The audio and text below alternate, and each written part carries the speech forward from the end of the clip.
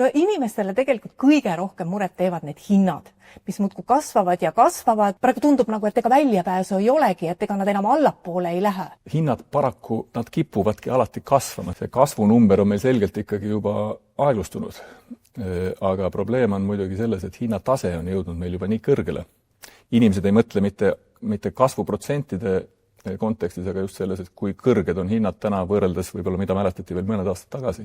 Nüüd, aga väljavaade selles mõttes on ikkagi, võib öelda selgelt parem. No sellel aastal me näeme, et hinnatõus tervikuna Eestis võiks jääda sinna 5% lähedale, järgmine aasta võib-olla 3% kanti.